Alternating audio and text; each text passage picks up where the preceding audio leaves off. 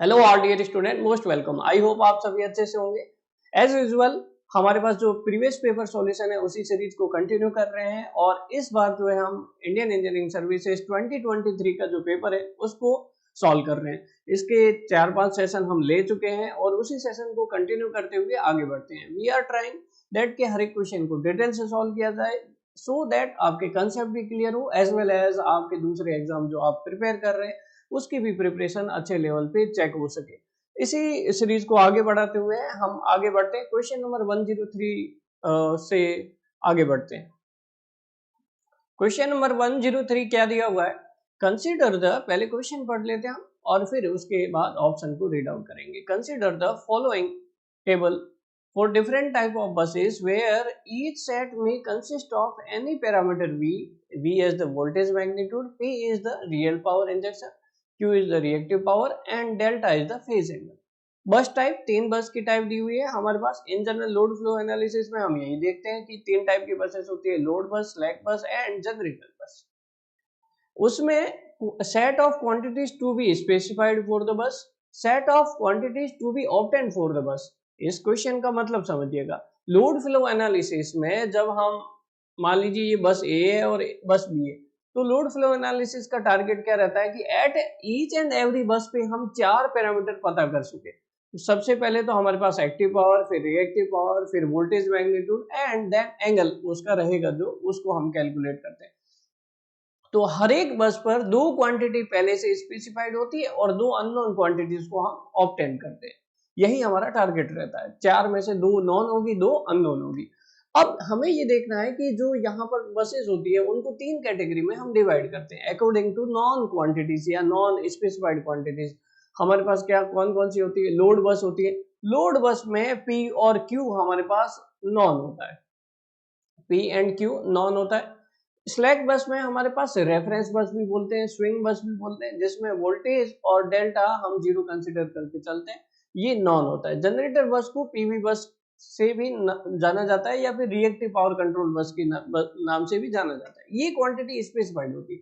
तो unknown quantity क्या होगी ये हमें देखना है। अननोन क्वांटिटी जब पी क्यू स्पेसिफाई है तो वी एंड डेल्टा जो है अननोन होगा, वी एंड डेल्टा स्पेसिफाई है तो पी एंड क्यू जो है वो नॉन होगा और अननोन होगा, और पी एंड वी अब अगर आपके पास नॉन है तो क्यू एंड डेल्टा जो है अननोन होगा। अब क्वेश्चन आगे क्या बोल रहा है वो देखिएगा। Select the correct answer using the above table. अब इस क्वेश्चन में क्या बोला गया, इस टेबल के अकॉर्डिंग आपको क्या बताना है? आपको बताना है कि यहाँ पर set A and E are same but C and D are different. इस तरह से आपको बताना है कि कौन सा सेट आपस में मैच हो रहा है और कौन से सेट जो है वो डिफरेंट है। इसी तरह से हमें B and F are same, C and D are same, C and E are same, C and E are different, A and F are different, D and B are different. ये आराम से check करके table के according हम बता सकते हैं। As per table अगर हम देखें तो P एंड Q यहाँ पर स्पेसिफाइड है और P एंड Q यहाँ पर भी स्पेसिफाइड है। मतलब सेट E और E, सेट A और E सेम है। मतलब ये ऑप्शन कहाँ अवेलेबल हो रहा है? ऑप्शन ए में यहाँ पे अवेलेबल हो रहा है। सेट A और E सेम है, सेट C और D डिफरेंट है। चेक कर लेते हैं। सेट C हमारे पास क्या PV है और सेट D क्या V एंड डेल्टा, ये दोनों डिफरेंट है। भले एक कॉमन क्वांटिटी हो लेकिन है दोनों सेट डिफरेंट है। So A will be the right answer. Next question देखिएगा जरा प्लीज। लोड फ्लो एनालिसिस में load flow equation, when load flow equation are non linear, they are solved by using Gauss-Seidel iterative method by including PV buses. What would be the reason for violation of reactive power limit? ऐसा question पूछा गया है। To low specified voltage level only, to high specified voltage level only, either to low और to high specified voltage level, neither to low और to high specified voltage level. तो यहाँ पर जो ऑप्शन दिए हुए हैं violation of reactive power limit, वो किससे रिलेटेड है? वोल्टेज लेवल के चेंज होने से। अब रिएक्टिव पावर को वोल्टेज लेवल से कैसे रिलेट किया जाता है इसका थोड़ा सा बेसिक हम वापस डिस्कस कर लेते हैं। As previously we have discuss, Q reactive power जो होता है, अगर आप जो है रिएक्टेंस को कंसीडर करें किसी भी ट्रांसमिशन लाइन को, V S V R upon X cos delta minus receiving end square X V R square. मान लीजिए एक ट्रांसमिशन लाइन है, ये सेंडिंग एंड वोल्टेज है, ये रिसीविंग एंड वोल्टेज है, और यहाँ पर हमारे पास जो है वी एस एंगल डेल्टा है, ये वी आर एंगल 0 है, और ट्रांसमिशन लाइन का रिएक्टेंस एक्स है। तो जो रिएक्टिव पावर यहाँ पर ट्रांसफर हो रही है उसका फॉर्मूला ये रहता है, since for the power system stability delta is selected very low, तो कॉस डेल्टा की वैल्यू जो है वो हमारे पास क्या रहेगी, कॉस डेल्टा की वैल्यू जो है अप्रोक्सीमेटली इक्वल टू 1 रहेगी। तो रिएक्टिव पावर क्या आ जाएगा, V S V R upon X minus V R square upon X. तो अल्टीमेटली Q इक्वल टू क्या आ जाएगा, अगर आप यहाँ पर V R upon X common लेते हैं तो V S minus V R, मतलब sending end voltage and receiving end voltage का बीच का डिफरेंस, और डिफरेंस क्या होता है, it is nothing but the voltage drop. So reactive power is directly proportional to voltage drop. तो अगर आपके पास कोई भी रिएक्टिव पावर की लिमिट वायलेट हो रही है, इसका मतलब सीधी सी बात है वोल्टेज की लिमिट वायलेट हो रही है। वोल्टेज की कोई रेंज होगी मिनिमम टू मैक्सिमम, मान लीजिए वोल्टेज की रेंज इसके बीच में होनी चाहिए, मिनिमम से मैक्सिमम के बीच में। So corresponding to reactive power की भी रेंज होगी मिनिमम टू मैक्सिमम। अगर ये इस रेंज से वायलेट हो रहा है, इसका मतलब जो है आइदर टू लो क्वांटिटी में जा रहा है या टू हाई क्वांटिटी में स्पेसिफाइड वोल्टेज लेवल जो है वो चेंज हो रहा है। इसीलिए जो है पीक्यू बस जनरली हम जब बात करते हैं पीक्यू बस में, जब वोल्टेज वायलेट होता है या फिर जो है रिएक्टिव पावर वायलेशन होता है, तब हम जो है रिएक्टिव पावर वायलेशन हो गया तो ये पीक्यू बस में क्या होता है, नॉन पी और क्यू। और जब रिएक्टिव पावर खुद ही वायलेट हो रही है अपनी रेंज से, तो उसको नॉन कैसे मानोगे, उसको तो अननोन मानना पड़ेगा। इसीलिए क्यू को हटा के हम जो है वोल्टेज को कंसीडर करने की कोशिश करते हैं, कंट्रोल करने की कोशिश करते हैं, और इस पीक्यू बस को किसकी तरह ट्रीट किया जाता है, पीवी बस की तरह ट्रीट किया जाता है। ये भी क्वेश्चन कई बार पूछा जाता है। नेक्स्ट क्वेश्चन देखिएगा जरा प्लीज, कंसीडर ए सिस्टम, अभी हम स्टेबिलिटी की बात कर ही रहे थे। Consider a system consisting of synchronous machine connected to infinite bus bar. Synchronous machine है जो इनफाइनाइट बस बार से कनेक्टेड है, ठीक है। इनफाइनाइट बस बार का मतलब more number of generator are connected in parallel at same bus bar, ठीक है। और the below power angle curve is obtained using equal area criteria when sudden increase in mechanical load on that motor occurs। ऐसा किया गया है कि mechanical load को बढ़ाया गया है। पहले आपके पास मैकेनिकल लोड आपके पास ऐसा था P नॉट, और फिर आपको जो बढ़ा के ये कर दिया गया PS कर दिया गया। मतलब मान लीजिए पहले PM नॉट था, अब PM या PS कर दिया गया, ठीक है, इसको बढ़ा के इतना कर दिया गया। और यहाँ पर 3 पॉइंट है, A पॉइंट, B पॉइंट और C पॉइंट, ठीक है। अब आगे क्वेश्चन पूछा क्या है ये देखो जरा please, what is the condition at point B if P is the electrical या electromagnetic power and PS is the shaft power और मैकेनिकल आउटपुट पावर। तो पॉइंट बी पे आपको इलेक्ट्रिकल आउटपुट पावर और मैकेनिकल पावर आउटपुट के sorry electrical आपके पास जो mechanical input power और इलेक्ट्रिकल आउटपुट पावर के बीच में क्या रिलेशन निकलेगा यही बताना है आपको। जैसे एक जनरेटर है, जनरेटर में क्या करता है, इसको मैकेनिकल एनर्जी इनपुट देते हैं और हमें क्या मिलता है, इलेक्ट्रिकल पावर आउटपुट मिलता है ना। जैसे हमें जो है लोड बढ़ता जाता है तो इलेक्ट्रिकल पावर आउटपुट को बढ़ाना होता है तो मैकेनिकल पावर इनपुट को बढ़ाते हैं, सिंपल सा कंसेप्ट है। जैसे जैसे लोड बढ़ेगा तो मैकेनिकल पावर इनपुट को भी बढ़ाना पड़ता है। जैसे हमारे पास यहाँ पर इनिशियल कंडीशन में PM नॉट था, ये लोड था है ना, PM नॉट ये लोड था। ये जो कर्व है, ये जो हमारे पास कर्व दिया हुआ है, इसको रेड कलर से शो करते हैं। ये रेड कलर से जो कर्व शो किया गया है ये इलेक्ट्रिकल पावर आउटपुट की कैपेसिटी है कि एक जनरेटर मैक्सिमम कितना इलेक्ट्रिकल पावर आउटपुट दे सकता है या उसकी रेंज क्या हो सकती है। तो इलेक्ट्रिकल पावर आउटपुट जो रहता है वो हमारे पास फॉर्मूला है VSVR upon x sine delta, maximum electrical power output PEM sine delta, ये आ जाता है P। तो हमारे पास डेल्टा की वैल्यू अगर 0 डिग्री ले तो इलेक्ट्रिकल पावर आउटपुट 0 आता है, और डेल्टा की वैल्यू अगर 90 डिग्री दे तो इलेक्ट्रिकल पावर आउटपुट जो है मैक्सिमम आता है ना, ये देखने को मिलता है। तो हमारे पास 0 से मैक्सिमम वैल्यू तक कुछ भी हमारे पास, जैसे 0 से 100 मेगावाट तक आप कोई जनरेटर रेटिंग लेते हो और 0 से 100 मेगावाट तक वो सप्लाई कर सकता है।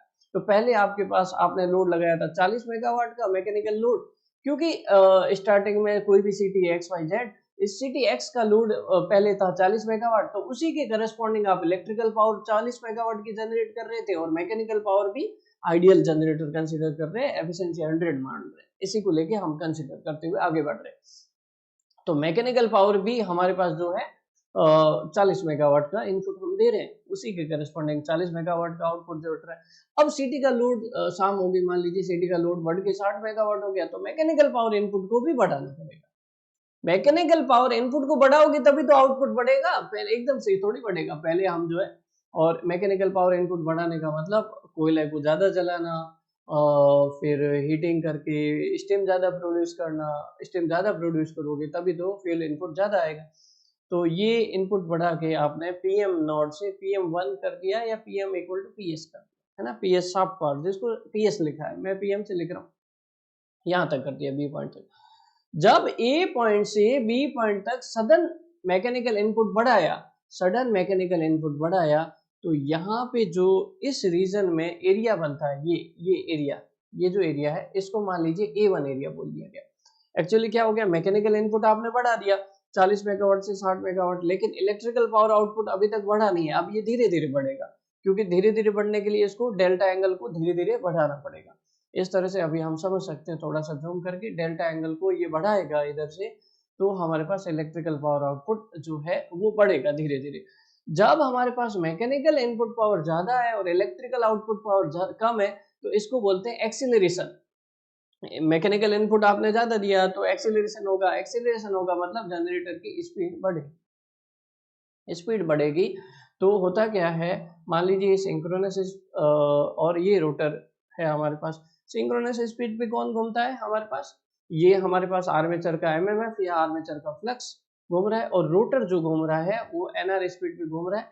दोनों सिंक्रोनस मशीन में दोनों सिंक्रोनस स्पीड पे ही घूमते हैं, लेकिन इन दोनों के बीच में एक एंगल होता है डेल्टा, यही एंगल डेल्टा है हमारे पास। तो जैसे स्पीड बढ़ेगी तो डेल्टा की वैल्यू जो है हमारे पास एक्सीलरेशन के कारण डेल्टा की वैल्यू बढ़ेगी। तो डेल्टा की वैल्यू बढ़ेगी तभी तो ये ऊपर की तरफ आएगा और इस पॉइंट तक पहुंचेगा। लेकिन इक्वल एरिया क्राइटेरिया क्या बोलता है, इक्वल एरिया क्राइटेरिया का ये कंसेप्ट होता है कि जितना एक्सेलरेशन का एरिया होगा उतना ही ये एंगल अपने आप आगे जाएगा डी एक्सेलरेशन एरिया में, मतलब इतने ही एरिया को ये डी एक्सेलरेट करेगा। जब इसको सी पॉइंट तक शांति मिल जाएगी कि बराबर एरिया हो जाएगा, तब ये अपने घर को वापस लौट आएगा, और वापस लौट के बी पॉइंट पे जो है ये स्टेबल हो जाएगा वापस, क्योंकि अब इसको जो है नई मैकेनिकल पावर सप्लाई करनी है 60 मेगावाट के अकॉर्डिंग इलेक्ट्रिकल पावर का लेवल बढ़ाएगा। पहले 40 मेगावाट के करस्पॉन्डिंग था, अब 60 मेगावाट के करस्पॉन्डिंग। तो इस धीरे धीरे जो है इलेक्ट्रिकल पावर आउटपुट किसके बराबर होगा, मैकेनिकल पावर इनपुट के बराबर होगा जो जनरेटर में आप अप्लाई कर रहे हो। जिसको मैकेनिकल पावर को इन्होंने क्या बोला है, शाफ्ट पावर बोला है, रियलिटी में शाफ्ट पावर ही होता है अगर फ्रिक्शन एंड विंडेज लॉसेस को अगर हम कंसिडर करेंगे तो यहाँ पर करेक्ट आंसर क्या होगा, P equal to PS। So B will be the A will be the right answer. Next question देखिएगा जरा प्लीज। अब यहाँ पे क्या बोला गया है, if PS represents the shaft torque and T is the electromagnetic torque, if they are assumed to be positive for a generator, the net torque causing acceleration, acceleration torque क्या होगा। जैसे अभी हम बात कर रहे थे, एक जनरेटर है, जनरेटर में आप क्या दे रहे हो, एक तो मैकेनिकल पावर इनपुट दे रहे हो और इलेक्ट्रिकल पावर आउटपुट ले रहे हो। मैकेनिकल पावर मतलब शाफ्ट पावर फाइनली दे रहे हो। तो PM और PE का जो डिफरेंस था, मतलब PS शाफ्ट पावर और इलेक्ट्रिकल पावर आउटपुट का, उसी को हम क्या बोलते हैं, इलेक्ट्रिकल पावर एक्सीलरेशन पावर बोलते हैं। उसी के corresponding P equal to omega T होता है। तो हमारे पास T अगर पता करना है तो सिंपली ओमेगा से डिवाइड करो। सेम कंसेप्ट ये होगा कि एक्सीलरेशन टॉर्क क्या होगा, shaft torque minus electromagnetic torque. तो इन दोनों का टॉर्क का जो डिफरेंस होगा वही हमारे पास एक्सीलरेशन टॉर्क होगा। A will be the right answer. Next question देखिएगा जरा प्लीज। एक बढ़िया क्वेश्चन है, देखते हैं इसके बारे में बात करते हैं। इस क्वेश्चन में इन HVDC transmission line high power factor is of the system is maintained for the following reasons. तो देखो यहाँ पे पहले बात कर लेते हैं क्वेश्चन क्या बोल रहा है, कि पहली लाइन ही कुछ ऐसी बोली कि दिमाग ही खराब हो गया। कि यहाँ पर देखो HVDC ट्रांसमिशन लाइन में कंसेप्ट क्या होता है, जनरेशन AC होता है, ठीक है। उस AC को हम जो है DC में कन्वर्ट करके ट्रांसफार्मर में स्टेप अप करके DC में कन्वर्टर लगाते हैं, कन्वर्टर 1, और ये लगा के AC को DC में कन्वर्ट करके हाई वोल्टेज पे ट्रांसमिशन करते हैं, इसी को हम HVDC बोलते हैं। जब रिसीविंग एंड पे पहुंचता है तब वापस एक कन्वर्टर लगाते हैं, कन्वर्टर सेकंड, जो इस DC को वापस किस में चेंज कर देता है, वापस एसी में चेंज कर देता है, और यूटिलाइजेशन हम जो है वो किस में करते हैं, एसी में करते हैं, फिर स्टेप डाउन ट्रांसफार्मर लगा के वेरियस रीजन में डिस्ट्रीब्यूट किया जाता है। यहाँ की क्या बोला है, high power factor, HVDC transmission में high power factor, DC system में कैसे हाई पावर फैक्टर आएगा ये समझ में नहीं आया। तो बात ऐसी है भाई साहब, डीसी सिस्टम का पावर फैक्टर नहीं, पूरे सिस्टम का पावर फैक्टर। एक्चुअली ये जो होते हैं कन्वर्टर होते हैं, कन्वर्टर के ऑपरेशन के लिए भी रिएक्टिव पावर चाहिए होती है, ये रिएक्टिव पावर कंज्यूम करते हैं, है ना। कन्वर्टर ऐसे ऑपरेशन नहीं करेगा, कन्वर्टर के ऑपरेशन के लिए क्या चाहिए होती है, रिएक्टिव पावर चाहिए होती है। और सिस्टम का पावर फैक्टर जो इनपुट पावर फैक्टर बोलते हैं, आप कभी फेज कंट्रोल रेक्टिफायर पढ़ते होंगे पावर इलेक्ट्रॉनिक्स में, आगे क्वेश्चन पावर इलेक्ट्रॉनिक्स के आएंगे, तो सिस्टम का पावर फैक्टर या जो इनपुट का पावर फैक्टर रहता है वो हमारे पास जो है कन्वर्टर की वजह से लैगिंग नेचर का हो जाता है ना, क्योंकि ये रिएक्टिव पावर को कंज्यूम करते हैं, ठीक है। तो ओवरऑल सिस्टम की हम बात कर रहे हैं, केवल एचवीडीसी ट्रांसमिशन लाइन की नहीं बात कर रहे हैं ना, ठीक है। तो अब यहाँ पर क्या बोला गया है, इसमें से आपको करेक्ट स्टेटमेंट बताने हैं, तो ध्यान से सुनेंगे जरा। यहाँ पर क्या बोला गया है, for a given current end voltage of the thyristor and transformer power rating of the current converter is equal.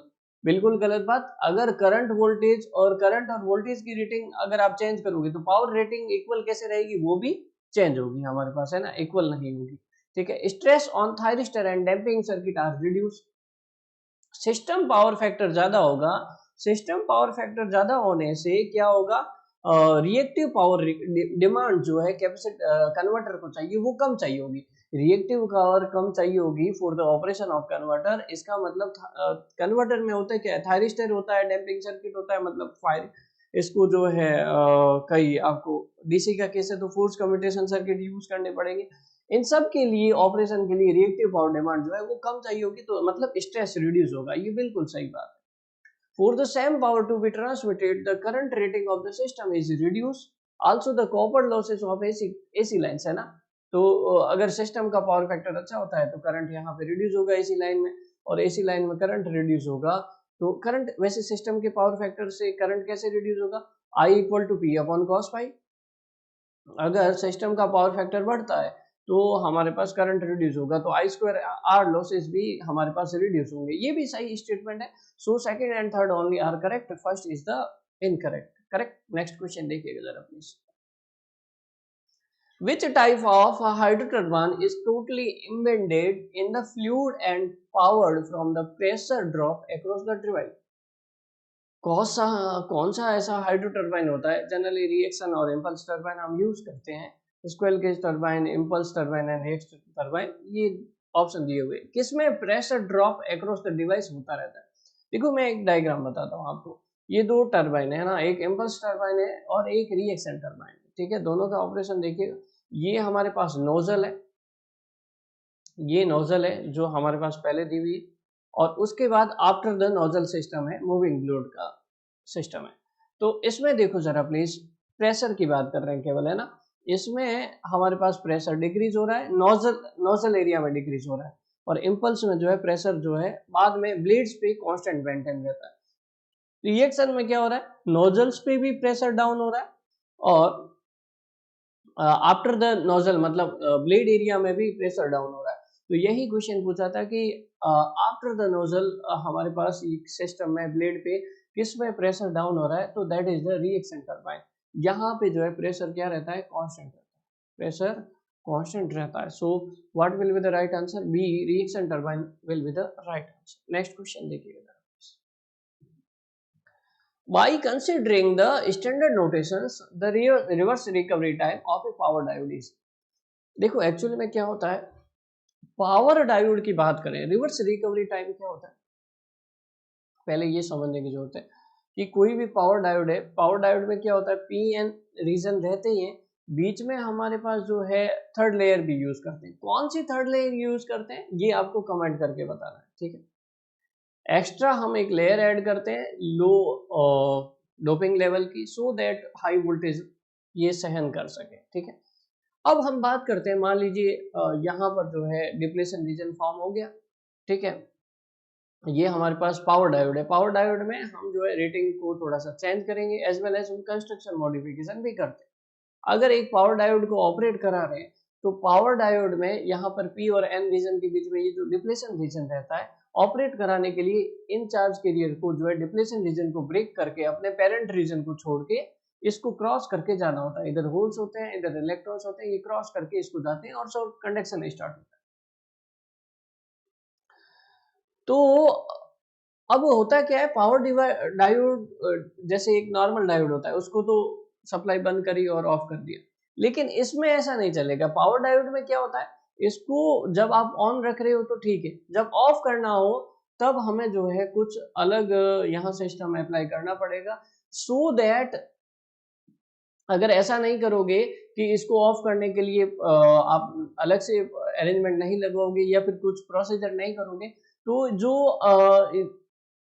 हमारे पास चार्ज कैरियर है वो अपने पेरेंट रीजन को छोड़ के इधर आ चुके हैं, वो पेरेंट रीजन को छोड़ के वापस आ चुके हैं, तो वापस अपने पेरेंट रीजन में नहीं जाएंगे। और अगली बार जब भी ऑन करोगे इसको, तो बिना कट इन वोल्टेज के डायरेक्ट जो है ये ऑन हो जाएगा। तो मतलब हमारे पास यहाँ जो है कुल मिला के कट इन वोल्टेज के बाद का ऑपरेशन जो है वो नहीं रहेगा, सीधा जो है जीरो से थोड़ा सा हल्का सा ज्यादा वोल्टेज लगाओगे ये डायरेक्ट ऑन हो जाएगा। इसीलिए पावर डिवाइसेस जितनी भी होती है, पावर ट्रांजिस्टर, पावर डायोड, ये हमारे पास जो रहते हैं, इनको टर्न ऑफ करना जरूरी होता है। एससीआर है, इनको टर्न ऑफ करना जरूरी होता है। टर्न ऑफ करने के एक ही तरीका है, चार्ज कैरियर को अपने अपने घर को लौटा दो।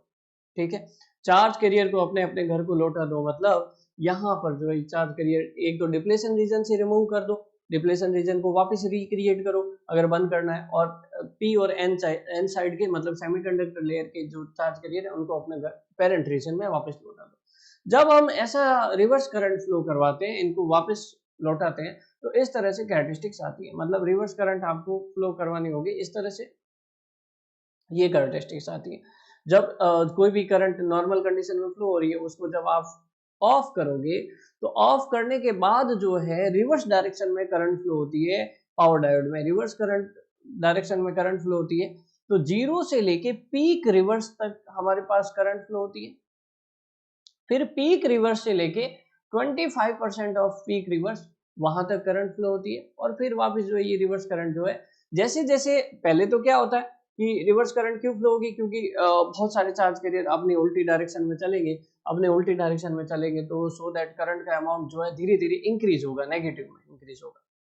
फिर जब वो अपने पेरेंट रीजन में लौट जाएंगे, तो धीरे धीरे जो है वापस चार्ज कैरियर का कंसंट्रेशन जो है कम हो जाएगा, और चार्ज कैरियर का कंसंट्रेशन कम हो जाएगा, तो करंट का लेवल भी वापस घटना स्टार्ट हो जाएगा। अब ये जो टोटल टाइम है इस करंट के जीरो होने से वापस जो है नेगेटिव में जाके वापस जीरो होने तक, मतलब 25% ऑफ पीक रिवर्स करंट तक आने में, तब तक जो टाइम लगता है उसको रिवर्स रिकवरी टाइम बोलते हैं।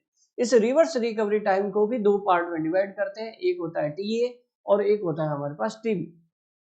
टीए जो रहता है दैट इज द, हमारे पास जो है यहाँ पर डिप्लीशन रीजन से हम जो चार्ज कैरियर्स को रिमूव करते हैं, और यहाँ पर जो है हम सेमीकंडक्टर लेयर से चार्ज कैरियर्स को रिमूव करते हैं। दो अलग अलग पार्ट में रखा जाता है। अब यहाँ भी जो क्वेश्चन पूछा है वो क्या पूछा है कि रिवर्स रिकवरी जो टाइम होगा ना उसका फॉर्मूला बताओ। एक्चुअल में ये जो एरिया है ये हमें चार्ज स्टोर के बारे में बता रहा है। ये एरिया को एक राइट एंगल ट्राइंगल की तरह अप्रोक्सीमेट लिखा जा सकता है क्या, राइट एंगल ट्राइंगल की तरह, और एरिया अंडर द कर्व जो है वो चार्ज को शो करेगा, और ये चार्ज क्या होगा, ट्राइंगल का एरिया हाफ जो आपके पास रिवर्स रिकवरी करंट पीक में आ रही है, इनटू जो टाइम लग रहा है that is the total time TRR। ठीक है, अब ये जो हमारे पास करंट डिक्रीज हो रही है इसको आप कैसे लिखोगे, IRR इक्वल टू, ये हमारे पास हो जाएगा di/dt के रेस्पेक्ट में लिखेंगे,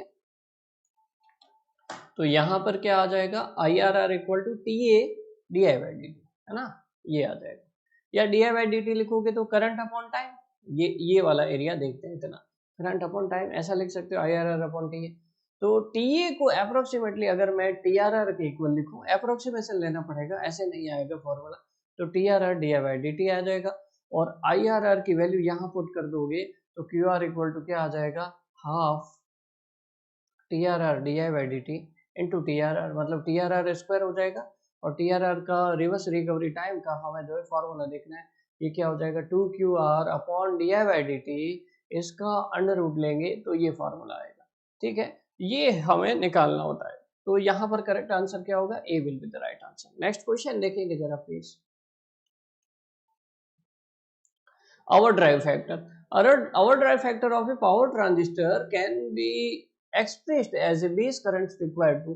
पावर ट्रांजिस्टर में क्या होता है, अगर एक ऐसा पावर ट्रांजिस्टर है जिसमें जनरली क्या होता है, कोई भी ट्रांजिस्टर की कैरेक्टरिस्टिक्स है, ट्रांजिस्टर की कैरेक्टरिस्टिक्स हम एक्टिव रीजन में ही रखते हैं, लेकिन अगर बेस करंट का लेवल बहुत ज्यादा बढ़ा दें तो हमारे पास कलेक्टर करंट जो है IC इक्वल टू बीटा आई भी बहुत ज्यादा बढ़ जाती है। और कलेक्टर करंट अगर हमारे पास बढ़ गई तो हमारे पास इसका ऑपरेटिंग रीजन एक्टिव रीजन से शिफ्ट होके किधर चला जाता है, सैचुरेशन रीजन में। और कलेक्टर करंट जो है वो मैक्सिमम लेवल तक, मतलब सैचुरेशन लेवल तक चली जाती है, सैचुरेटेड कलेक्टर करंट। इस सैचुरेशन रीजन में ले जाने के लिए बेस करंट को कितना बढ़ाना पड़ेगा, इसी रेस्पेक्ट में और ड्राइव फैक्टर को डिफाइन करते हैं। तो ये जो रेशियो होगा, it is the base current, normal base current to the base current required to operate in saturation. So B will be the right answer. तो यहाँ पर जो है हमारे पास जो है ओवरड्राइव फैक्टर की डेफिनेशन बोली थी, base current upon base current required to operate in saturation. Next question देखिएगा जरा प्लीज। एक SCR को टर्न ऑन करने के लिए, एक SCR को जब आप टर्न ऑन करते हैं तो SCR को टर्न ऑन करने के लिए आपके पास क्या चाहिए होता है, एनोड और कैथोड पे तो आप सप्लाई अप्लाई करते ही हो।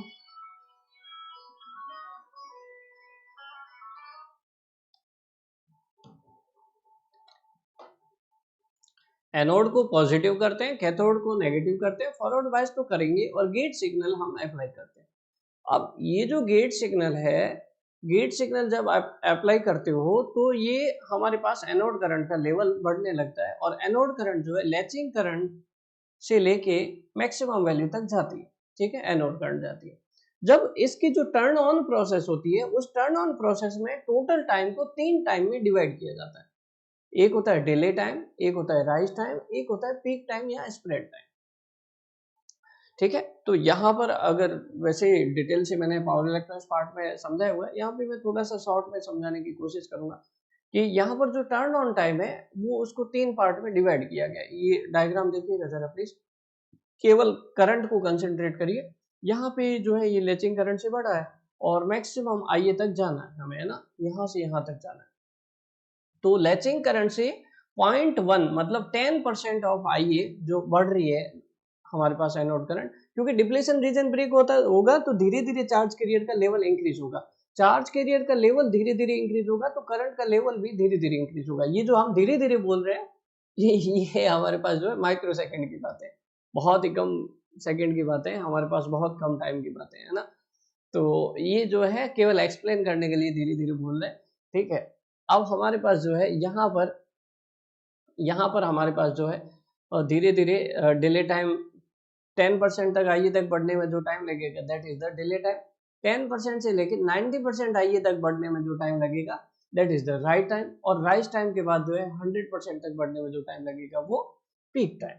अब क्वेश्चन क्या पूछा है, क्वेश्चन ये पूछा है कि अगर गेट करंट का लेवल या एम्पलीट्यूड बढ़ा जाए, गेट करंट का एम्पलीट्यूड आपने अगर बढ़ा दिया, गेट करंट जो है उसका एम्पलीट्यूड पहले इस तरह से था, अब उसको बढ़ा के इस तरह से कर दिया, है ना।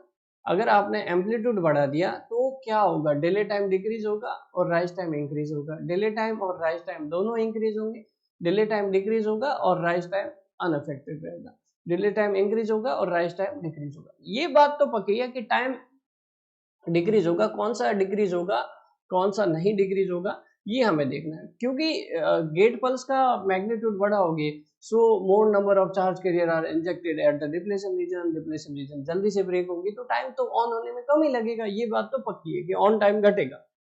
डिले टाइम राइज टाइम किस पे फर्क पड़ेगा वो हमें चेक करना। देखो जरा प्लीज, अगर आप यहाँ ध्यान से देखोगे ये गेट करंट का मैग्नीट्यूड है, ये गेट करंट धीरे धीरे बढ़ी है और ये गेट करंट का मैग्नीट्यूड है। ये गेट करंट का जो मैग्नीट्यूड है ये जो चेंज हो रहा है ये हमारे पास और इस रीजन में जाके कांस्टेंट हो रहा है। ये जिस रीजन में जाके कांस्टेंट हो रहा है वो तो कौन सा टाइम है, राइज टाइम है और पीक टाइम है ना। जहां पे इंक्रीज हो रहा है वो कौन सा टाइम है, डिले टाइम है। अगर हमारे पास इंक्रीमेंट जो हो रहा है वो धीरे धीरे वो कौन से रीजन में हो रहा है, वो डिले टाइम रीजन में हो रहा है। तो गेट करंट का जो इंक्रीमेंट हो रहा है वो डिले टाइम रीजन में हो रहा है, तो डिले टाइम जो है वो रिड्यूस होगा, राइज टाइम जो है वो अनअफेक्टेड रहेगा, राइज टाइम अनअफेक्टेड रहेगा। So what will be the right answer, C will be the right answer, delay time will decrease and rise time will unaffected, will become unaffected. Next question देखिएगा, single phase full wave bridge rectifier circuit है, 220 volt 50 hertz supply है, 4 diode है, resistance 20 ओम है, large inductance है, so that load current is constant. Average और DC output बताना है, बहुत सिंपल सी बात है। एवरेज आउटपुट अगर आपके पास रेक्टिफायर होता है कंट्रोल तो उसमें कॉस अल्फा की टर्म आती, और अगर एससीआर नहीं है, यहाँ पे डायोड बोल दिया गया, इसका मतलब ये कि अल्फा की वैल्यू 0 रख दो तो एवरेज आउटपुट वोल्टेज या डीसी आउटपुट वोल्टेज आ जाएगा cos 0 मतलब 2Vm/π। मैं तो ऐसे याद रखता हूँ, ठीक है, ये आ जाएगा। अब यही बताना हमें, 2 × 2 √2 RMS वैल्यू 20 220/π 3.14, ये डिवाइड करो कितना आएगा, कैलकुलेट करना, बहुत सिंपल सा केस है। तो ये आ रहा है 198.165 volt, C will be the right answer. Next question देखो जरा please. In a single phase full wave controlled bridge rectifier, the source inductance and RL load, the output voltage during overlap is। ये overlap angle क्या होता है ये समझते हैं। देखो पहले क्वेश्चन को ध्यान से पढ़ते हैं। एक single phase controlled bridge rectifier है, मतलब एससीआर है, जो सप्लाई कर रहा है उसका खुद का इंडक्टेंस है, सोर्स का इंडक्टेंस है, और लोड का भी इंडक्टेंस है। Output voltage during overlap, overlap का मतलब दो, जो जैसे डायग्राम देखोगे पहले आपको समझ में आ जाएगा डायग्राम में क्या है। यहाँ पे सोर्स इंडक्टेंस भी दिया हुआ है, ठीक है, ये थायरिस्टर। अब एक्चुअल में होता क्या है, ओवरलैप का मतलब क्या है, ओवरलैप का मतलब समझिएगा, ये हम जो है एक वेव फॉर्म ड्रॉ करते हैं, पॉजिटिव हाफ साइकिल 0 से पाई और पाई से 2π। 0 से अल्फा तक तो हम कोई एंगल नहीं दे रहे हैं, और पाई से अल्फा तक हम फिर एंगल दे रहे हैं। 0 से अल्फा तक positive polarity negative polarity, positive polarity negative polarity, इसका एनोड पॉजिटिव इसका कैथोड नेगेटिव, ये दोनों ऑन हो गए भाई साहब, मतलब T1 T2 फॉरवर्ड बायस हो गए, लेकिन ऑन कब होंगे, जब गेट पल्स देंगे अल्फा एंगल पे, तो T1 T2 यहाँ पे फॉरवर्ड बायस और ऑन कब होंगे, अल्फा से पाई तक T1 T2 ऑन हो जाएंगे, ठीक है, हो गया। अगली बार polarity change, negative half cycle, negative half cycle में पोलरिटी यहाँ माइनस आ गई, यहाँ आ गई प्लस। अब प्लस देखना है कौन से एनोड से कनेक्ट है ना, क्योंकि प्लस कैथोड से कनेक्ट होगा तो वो तो ऑफ होना है ना, T2 ऑफ होना चाहिए, और नेगेटिव किससे कनेक्ट है, इसके कैथोड से। इस बार जो है सप्लाई इस तरह से जाएगी, ये यहाँ से जाएगी यूं करके, और इस तरह से जाके वापस यूं जाके यूं आएगी, है ना, मतलब लोड में अभी भी करंट उसी डायरेक्शन में जा रही है, लोड में पहले जिस डायरेक्शन में करंट जा रही थी अभी भी भले घूम फिर के जा रही हूँ, लेकिन लोड में करंट उसी डायरेक्शन में जा रही है जिसमें पहले जा रही थी। पहले कैसे जा रही थी, पहले T1 से ऑपरेट होके, यहाँ से होके T2 से होके इस तरह से जा रही थी हमारे पास, मतलब ऊपर से नीचे की तरफ ही आ रही थी। डीसी नेचर का है आउटपुट, डीसी नेचर का है, करंट की डायरेक्शन सेम है। एसी को किस में चेंज कर रहे हैं, डीसी में चेंज कर रहे हैं, यही बात है रेक्टिफायर की। अब यहाँ पर देखो जरा प्लीज, जब पॉजिटिव हाफ साइकिल से नेगेटिव हाफ साइकिल में जाएंगे, यहाँ पे कौन फॉरवर्ड बायस हो जाएगा, T3 T4 फॉरवर्ड बायस हो जाएगा। और मान लीजिए अगला साइकिल आ गया, और तो उस केस में क्या होगा, अगर सोर्स इंडक्टेंस ज्यादा है, एक्चुअली इंडक्टेंस ज्यादा है ना, इंडक्टेंस क्या करता है, rate of change of current का ऑपोज करता है। अब पॉजिटिव से नेगेटिव डायरेक्शन में जा रहा है, इंडक्टेंस अब तब तक ऑपोज करता जाएगा जब तक कि इसकी जो बची हुई एनर्जी है वो खत्म नहीं हो जाए, ये एनर्जी को डिसिपेट नहीं करते। एक तो भाई साहब इंडक्टिव लोड है पहले से, और सोर्स इंडक्टेंस और आ गया, तो ये दोनों मिलके जब तक एनर्जी नहीं खत्म हो जाएगी तब तक T1 T2 को कंडक्ट रखेंगे, भले नेगेटिव हाफ साइकिल आते हैं, इसको कोई मतलब नहीं। और T3 T4 भाई साहब खुश हो रहे हैं कि हमारे फॉरवर्ड बायस हो जाएंगे, हो गए, अब हम चलेंगे, तो भाई साहब T1 T2 तो ऑफ हुए नहीं है, T3 T4 रेडी हो रहे हैं गेट पल्स लेके। तो ऐसी कंडीशन आती है कि T1 T2 T3 T4 सारे कंडक्ट करते हैं, इनमें करंट जो है धीरे धीरे बढ़ रही है, राइज हो रही है, इनमें जो है T1 T2 में डिक्रीज हो रही है, तो T1 T2 में मान लीजिए करंट घट रही है और इसमें T3 T4 में बढ़ रही है। तब हमारे पास जो है एक ऐसा टाइम पीरियड या एंगल आता है जिसमें दोनों चारों थायरिस्टर ऑपरेट करते हैं, जिसको ओवरलैप पीरियड बोलते हैं। इस ओवरलैप पीरियड में जब सारे थायरिस्टर ऑपरेट होंगे तो आउटपुट के अक्रॉस क्या होगा, शॉर्ट सर्किट होगा। ऑपरेट होने का मतलब क्लोज स्विच, ये क्लोज स्विच, ये क्लोज स्विच, आउटपुट के अक्रॉस शॉर्ट सर्किट हो गया। शॉर्ट सर्किट में आउटपुट वोल्टेज कितना होता है, 0 होता है। यही पूछा था कि ओवरलैप पीरियड के दौरान के ड्यूरिंग आपके पास आउटपुट वोल्टेज क्या होगा, that is the 0। Next question देखिएगा जरा please. If a step down chopper operates in the continuous conduction mode with the duty cycle D, the ripple factor is। Chopper का क्या काम है, चॉपर का काम है फिक्स डीसी को वेरिएबल डीसी में देना। अब भाई साहब जो फिक्स डीसी है वो वेरिएबल डीसी आती तो है, लेकिन वेरिएबल डीसी इस टाइप की आती है, इस टाइप की। मतलब हमारे पास जो है ये पल्सेटिंग डीसी होती है, या पल्सेटिंग डीसी मतलब इसमें कुछ ना कुछ एसी का कंपोनेंट होगा। अगर वो जीरो एक्सिस को कट करेगा तो इसका मतलब एसी का कंपोनेंट होगा। इस अनवांटेड एसी कंपोनेंट को हम क्या बोलते हैं, रिपल्स बोलते हैं। फिक्स डीसी को वेरिएबल डीसी में चेंज तो किया जा रहा है, लेकिन रिपल साथ में आ रहे हैं, गिफ्ट। ये जो रिपल फैक्टर है कितना आएगा ये बताओ, ये क्वेश्चन पूछा है। रिपल फैक्टर से पहले हम फॉर्म फैक्टर निकाल देते हैं, क्योंकि रिपल फैक्टर निकालना इजी हो जाएगा अगर आप फॉर्म फैक्टर निकाल दोगे। Form factor square minus 1 ripple factor होता है। तो total RMS voltage upon average value ये होता है हमारे पास फॉर्म फैक्टर। एक स्टेप डाउन सॉल्वर का output voltage alpha VS, alpha is the duty cycle, यहाँ डी लिखा है, हम लास्ट में डी कर देंगे, यहाँ पर अल्फा लिख रहे हैं। और इसका होता है under root alpha VS, VS से वीएस कैंसिल आउट, ये आ गया 1 upon under root alpha. Form factor आ गया 1 upon under root alpha, 1 upon under root alpha का स्क्वायर मतलब 1 अपॉन अल्फा माइनस 1, ये आ गया under root 1 minus alpha upon alpha. ऐसा कोई ऑप्शन है नहीं, है ना, न्यूमरेटर में अंडर रूट में तो आ रहे हैं भाई साहब, ऐसा कोई ऑप्शन है नहीं। क्या करें, इसको ऑप्शन को लाया जा सकता है ऊपर और नीचे दोनों की तरफ अल्फा मल्टीप्लाई कर दो यहाँ पे, तो क्या हो जाएगा under root alpha minus alpha square upon alpha square. ये डिनोमिनेटर की term alpha square under root में हटा देते हैं, अल्फा ही रख देते हैं। अल्फा माइनस अल्फा स्क्वायर इसका अंडर रूट ले लेते हैं और अल्फा स्क्वायर को हटा देते हैं, ये अल्फा कर देते हैं। तो ये किससे मैच करेगा, D minus D square upon D, ये ए ऑप्शन से मैच करेगा। A will be the right answer. Next question देखो जरा please. When a separately excited DC motor is to be controlled from three phase source।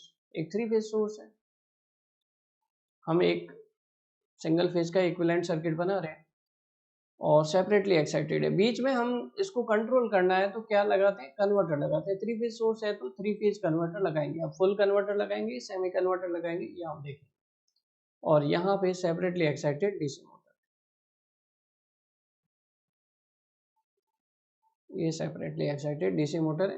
Converter से हम इसकी speed को control करते हैं, टॉर्क को कंट्रोल करते हैं, सब कुछ कंट्रोल करते हैं और इसीलिए कन्वर्टर को लगाया जाता है।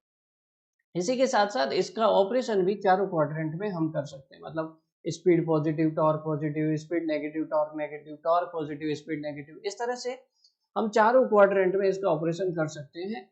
ये हमें देखना है, ठीक है।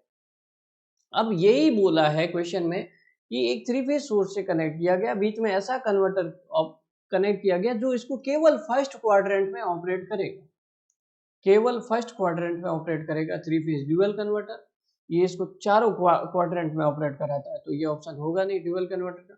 Semi converter, full converter, semi converter एक क्वाड्रेंट में ऑपरेट कराता है, ये दो क्वाड्रेंट में ऑपरेट कराता है। Three phase half wave converter, half wave converter की बात यहाँ पर हमारे पास नहीं हो रही, ये जो है हम जो बात कर रहे हैं फुल या सेमी कन्वर्टर की बात कर रहे हैं ड्यूअल। तो ये चार क्वाड्रेंट में ऑपरेट कराएगा, ये एक में, ये दो में। आंसर तो हमारे पास सेमी कन्वर्टर है, B will be the right answer. लेकिन कैसे, उसको प्रूव करते हैं। एक्चुअल में डीसी लोड है तो लोड करंट की डायरेक्शन कभी चेंज नहीं होती।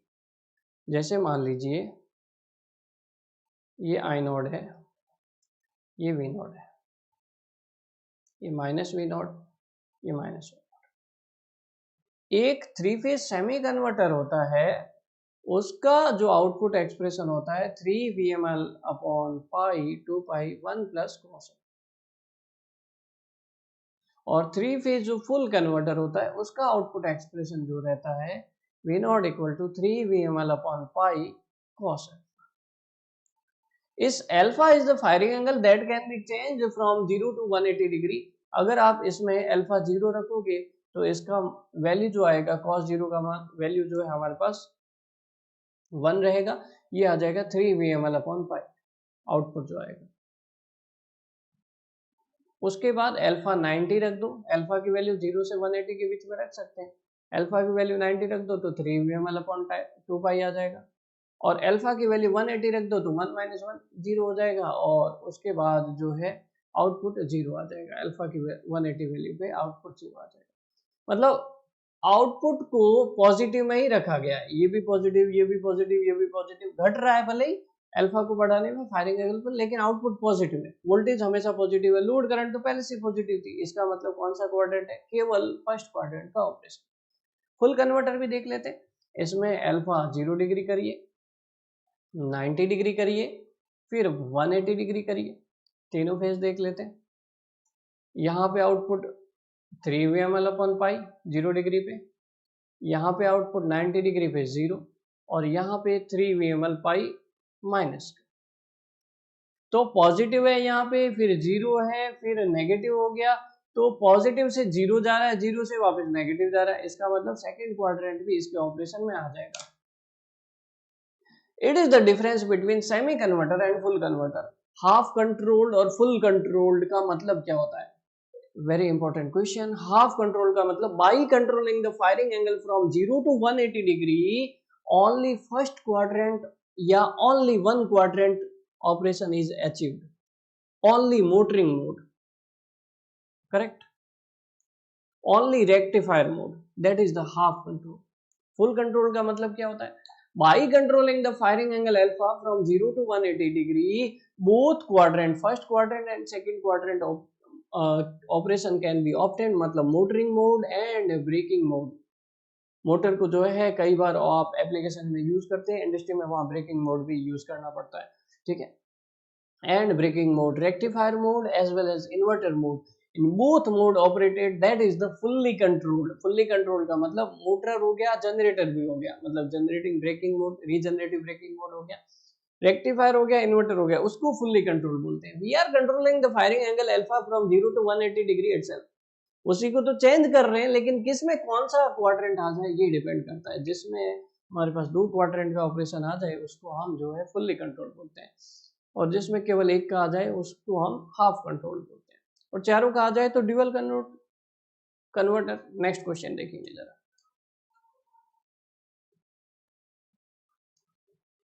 नेक्स्ट क्वेश्चन देखिएगा।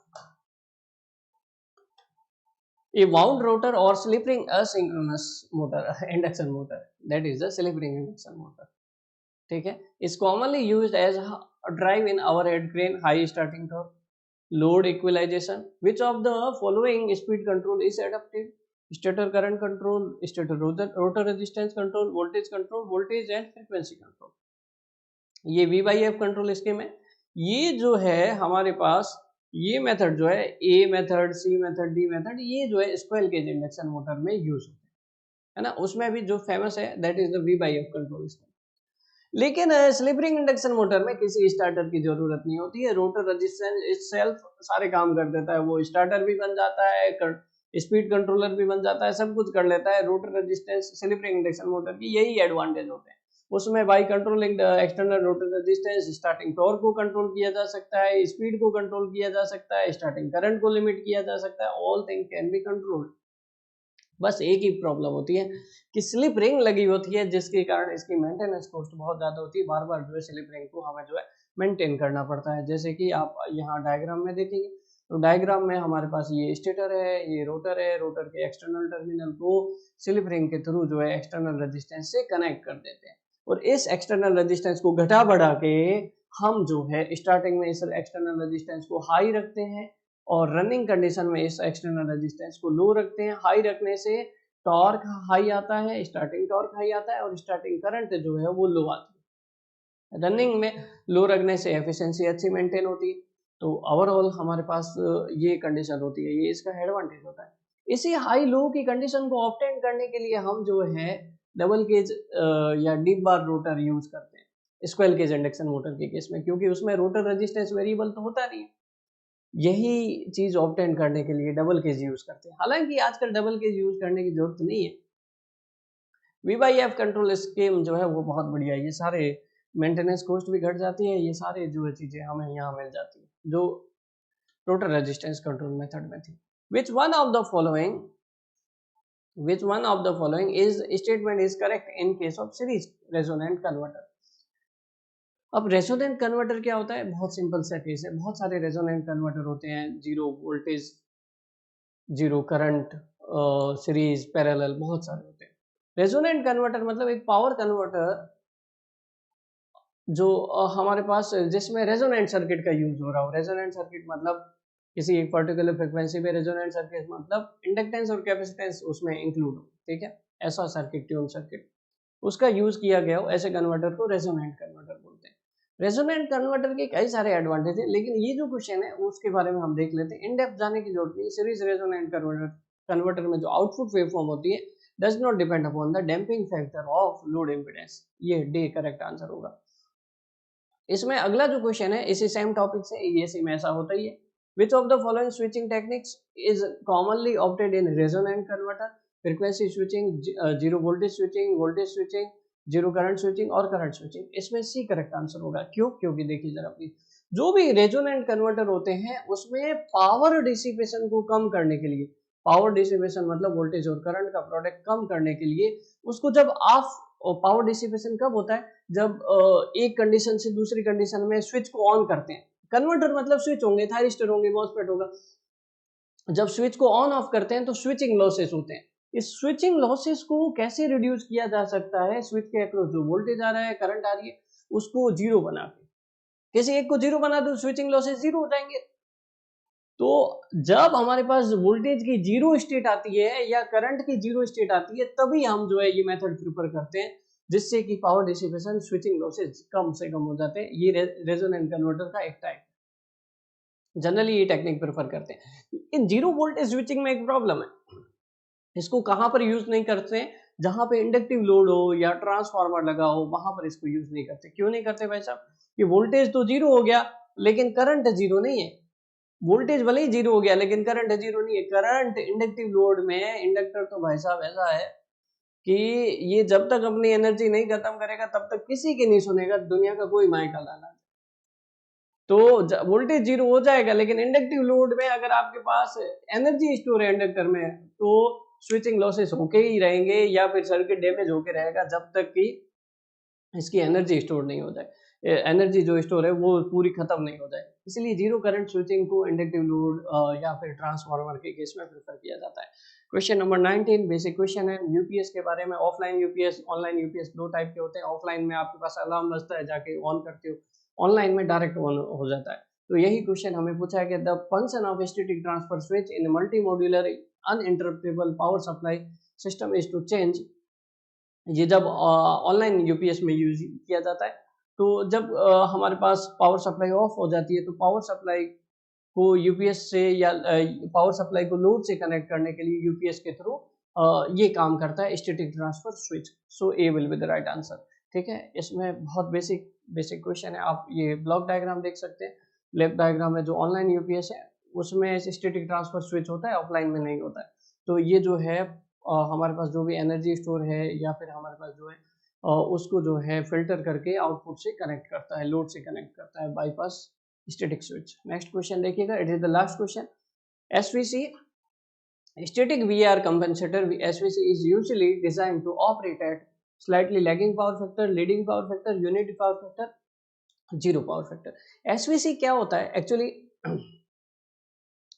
हम आजकल जो है इंडस्ट्री में या फिर किसी भी सिस्टम में पावर इलेक्ट्रॉनिक्स डिवाइसेस बहुत ज्यादा यूज करते हैं। तो पावर फैक्टर इंप्रूव करना, इंडक्शन मोटर हो या फिर जितने भी लैगिंग नेचर की मोटर्स हो, पावर फैक्टर इंप्रूव करना बहुत इंपॉर्टेंट चीज है। पावर फैक्टर इंप्रूव करके हम जो है रिएक्टिव पावर डिमांड को कम कर सकते हैं। जो सरकार को नुकसान हो रहा है, हाई रेटिंग के जनरेटर लगाने पड़ रहे हैं, वो भी कम रेटिंग के, ट्रांसफार्मर वगैरह इन सब की कम रेटिंग रिक्वायर्ड होगी। बहुत ज़्यादा कॉस्ट सेविंग होता है पावर फैक्टर को इम्प्रूव करने के लिए। और पावर फैक्टर को इम्प्रूव करने के लिए बहुत ईजी मेथड्स होते हैं। सिंक्रोनस मोटर को ओवर एक्साइटेड कंडीशन में रन कर दो, पावर फैक्टर कंट्रोल हो जाएगा। शंट कैपेसिटर वगैरह ये लगा दो, उससे पावर फैक्टर इंप्रूव हो जाएगा। लेकिन आजकल क्या होता है, ये सब शंट कैपेसिटर वगैरह वेरिएबल रिएक्टिव पावर कैसे ले आए? वेरिएबल रिएक्टिव पावर लाके वहां पे तो जो हमें मिलेगी वेरिएबल रिएक्टिव पावर, जैसे सिंक्रोनस मोटर का केस है, वहां पे भी वेरिएबल रिएक्टिव पावर मिल जाएगी, लेकिन वो बहुत हमारे पास बहुत बड़ा सेटअप चाहिए उसके लिए। ये पावर इलेक्ट्रॉनिक्स डिवाइसेस से ये सब पॉसिबल होता है। उसमें क्या करते हैं, एसवीसी मतलब static VR compensator, it is the group of devices. Group of devices मतलब जो पावर फैक्टर को इंप्रूव करने के लिए काम आती है। ये होता है टीएससी, है ना, टीसीआर थायरिस्टर कंट्रोल रिएक्टर, मतलब इसके अल्फा एंगल को चेंज करके कितना रिएक्टिव पावर आपको कंज्यूम कराना है वो आप एब्जॉर्ब कराना है, वो आप मेंटेन कर सकते हो। इसमें अल्फा 90 डिग्री ही रखते हैं। थायरिस्टर स्विच कैपेसिटर मतलब स्विचिंग जो है 90 डिग्री पे ही होगी। ये है कंट्रोल्ड रिएक्टर, इसका मतलब जो है अल्फा को कंट्रोल किया जा सकता है। यहाँ पर अल्फा को कंट्रोल यहाँ नहीं किया जा सकता, यहाँ अल्फा फिक्स होता है due to the some reason. अगर आप रीजन जानना चाहते हैं तो ऐप में अच्छे वीडियो अवेलेबल है, वहाँ पे ये सब एक्सप्लेन किया हुआ है कि इसको अल्फा 90 डिग्री ही मेंटेन किया जाता है, ज़्यादा नहीं किया जाता, तो न कम न ज़्यादा, तो उसकी वजह से ये फिक्स रिएक्टिव पावर सप्लाई करता है। ये हार्मोनिक फिल्टर है, हार्मोनिक को मेंटेन करते हैं, ये मैकेनिकल स्विच कैपेसिटर है। जनरली इन दोनों का कॉम्बिनेशन होता है। ये रिएक्टिव पावर कंज्यूम करता है, ये रिएक्टिव पावर सप्लाई करता है। इन दोनों को इस तरह से कंट्रोल किया जा सकता है कि रिएक्टिव पावर हमारे पास फाइनली 0 हो जाए और पावर फैक्टर कितना हो जाए, यूनिटी हो जाए। ये सब कॉम्बिनेशन इस तरह से किया जाता है। तो जो एसवीसी है, स्टैटिक वीआर कंपनसेटर, उसमें हम कोशिश करते हैं यूनिटी पावर फैक्टर तो हमेशा नहीं लेते, nearly equal to unity power factor हम रखने की कोशिश करते हैं। So C will be the right answer and it is the end of today session. We will meet on tomorrow. एक और बात, अगर आप इन और भी एमसीक्यू क्लासेस चाहते हैं या फिर और ज़्यादा क्वेश्चन प्रैक्टिस करना चाहते हैं, which is very important for the जब आप एग्जाम में अपियर होते हैं, और उसमें जो है कॉन्फिडेंस लेवल को बढ़ाने के लिए कंसेप्चुअल क्लियरिटी होना बहुत ज़रूरी है। और अगर आप चाहते हैं एमसीक्यू क्लासेस ज्वाइन करना, तो इस वीडियो के डिस्क्रिप्शन में ऐप लिंक है, उसको डाउनलोड करिए और एमसीक्यू क्लासेस ज्वाइन कर सकते हैं। साथ ही साथ टेस्ट सीरीज भी ज्वाइन कर सकते हैं। और अगर आप फुल एंड फाइनल अपने कंसेप्ट नई सीरीज से बिल्डअप करना चाहते हैं, तो universal courses, detail courses also available, you can go through that. Till then thank you so much, फिर मिलेंगे।